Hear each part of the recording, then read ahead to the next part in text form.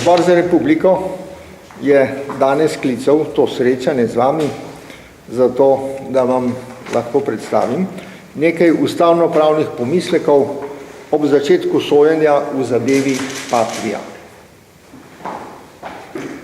Začetek sojenja v zadevi Patria ni samo nenavaden. Lahko ga označimo tudi kot sramotnega za slovensko pravosodje. Vzbuja pa tudi resne ustavnopravne pomisleke, že ob pogledu na razpravno dvorano in v njej natlačene navzoče. Obtoženim osebam je bila v pogojih, ki pomenijo ponižujoč poseg v polje njihove zasebnosti, ta pa mora biti zagotovljena obtoženim na sodni obravnavi, kršena ena temeljnih procesnih kazenskih človekovih pravic. Ta pravica je možnost do učinkovite obrambe. Ob takem ravnanju sodne veje oblasti obtoženim že na samem začetku sojenja niso bile zagotovljene njihove ustavne pravice iz 29. in 18. člena ustave. Ne samo sramoten začetek sojenja, tudi vsebina obtožnega predloga je takšna, da poraja še hujše ustavnopravne dvome o tem, na kakšni podlagi je do kakšnega postopka sploh lahko prišlo. Če bi odločitev o uvedbi postopka temeljila na materialnih določbah kazenskega prava, se postopek sploh ne bi smel začeti. Dejanje, ki naj bi ga storil Janez Janša, namreč sploh ne vsebuje znakov kaznivega dejanja iz prvega odstavka 269. člena kazenskega zakonika.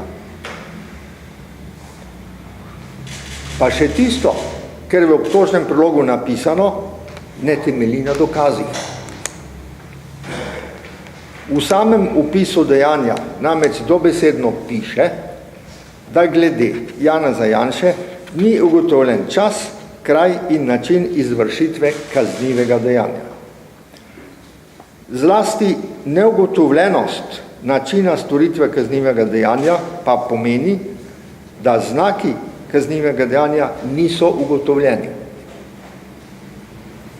Iz načina ravnanja, s katerim naj bi bilo storjeno kaznivo dejanje, je namreč šele mogoče ugotoviti, ali so izpolnjeni zakonsko določeni znaki za kaznivo dejanje.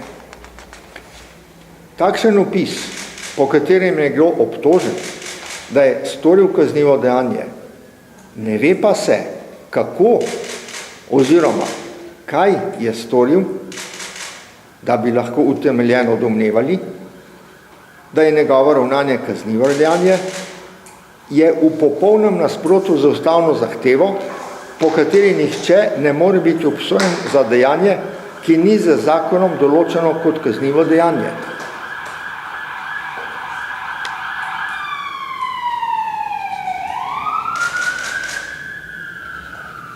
Iz te zahteve, z te ustavne zahteve logično sledi, da nihče ne more biti obtožen, še manj pa se mu sme soditi za ravnanje, za katero ni jasno in dokončno ugotovljeno, da ima ravnanje zakonske znake kaznivega dejanja.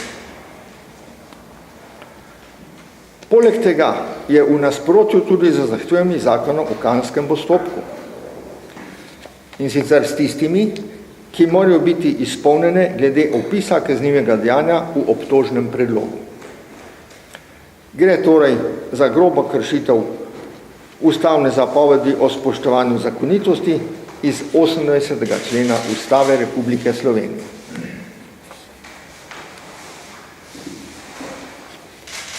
Presenetljivo je dejstvo, da je v obtožni predlog pred meseci naknadno zašlo nekaj 100 strani v nerazumljivem tujem jeziku. In da državno tožilstvo poziva sodišče, naj kar samo v popolnem nasprotju z uveljavljenimi sodnimi postopanji v takšnih primerih, vse to prevedel v slovenski jezik. Minister za pravosodje in notranje zadeve pa v isti sapi izjavlja, da ni važno, iz katere proračunske postavke naj se pokrije te stroške. Vse to je v nasprotju z ustavno zapovedjo o nepristranskem sodišču iz 23. člena Ustave Republike Slovenije in za zahtevo po poštenem sojenju iz 6. člena Evropske konvencije človekovih pravic. Pošteno sojenje namreč ne dopušča, da bi sodišče pomagalo eni izmed strank v postopku pri urejanju dokaznega gradiva.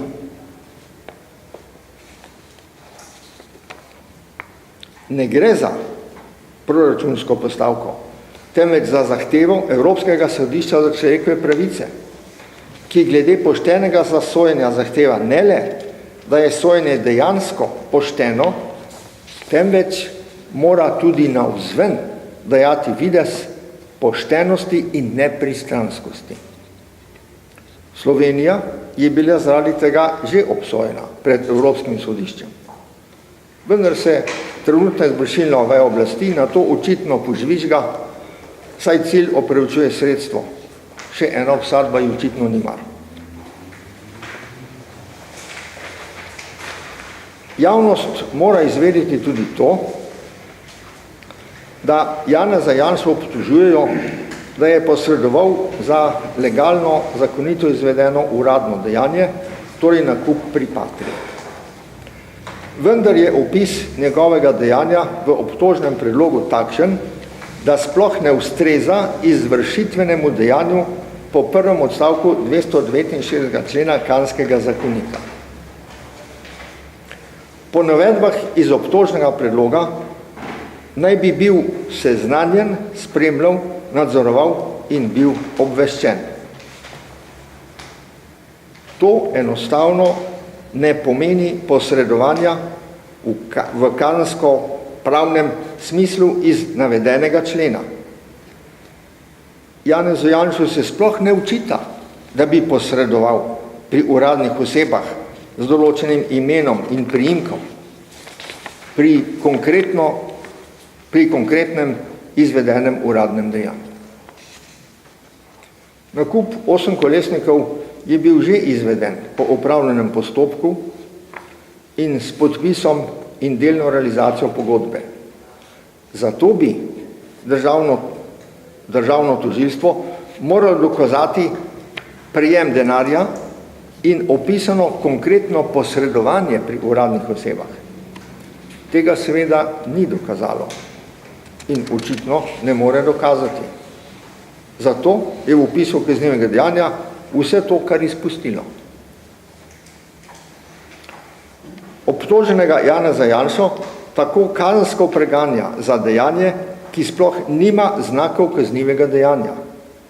V opisu pa celo ugotavlja, da še tisto, kar je opisano v obtožbi, ni ugotovljeno.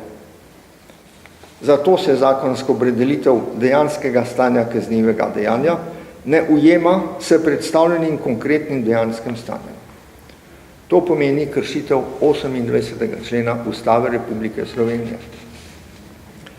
Naj povem, da je ta primerjava med zakonsko opredeljenim dejanskim stanjem in konkretnim dejanskim stanjem predmet prvega letnika pravnih fakultet v Sloveniji. Študente se s tem seznanijo že v prvem letniku in če tega ne razumejo, potem ne morejo nadaljevati študija.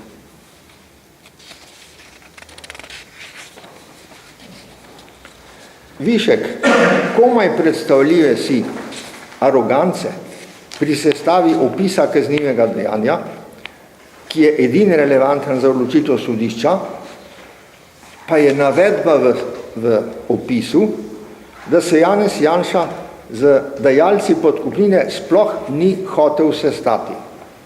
Na ta način tožilstvu ni dal možnosti za dokaz o krivdi. Takšno stališče je v pravni zgodovini znano kot maksima zloglasnega sovjetskega tožilca Višinskega. V slovenskem pravosodju in v slovenskem zgodovinskem spominu pa se grozljivo ponavlja iz povojnih procesov. Takrat so tožilci učitelji, sodišča pa obsojala obtožence, za katera ni bilo dokazov, češ da so jih prikrili in so zato kazniva dejanja dokazana, obtoženci pa krivi. Po vsem povedanem je jasno, da se kazenski postopek lahko konča le za oprostilno sodbo za Janeza Janšo.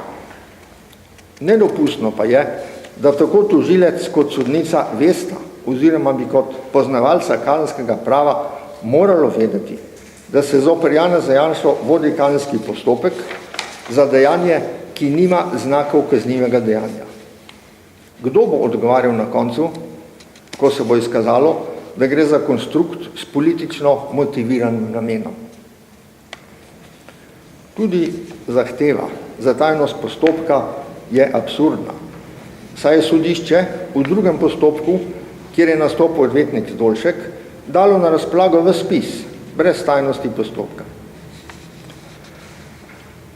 Tako, da teh kazenskih obravnav sedaj ne more več proglasiti za tajne. Državni tožilec pa bi takšen predlog itak moral takoj umakniti. Še več, umakniti bi moral obtožni predlog, se bi bil to edini način, da se reši čast pravosodja.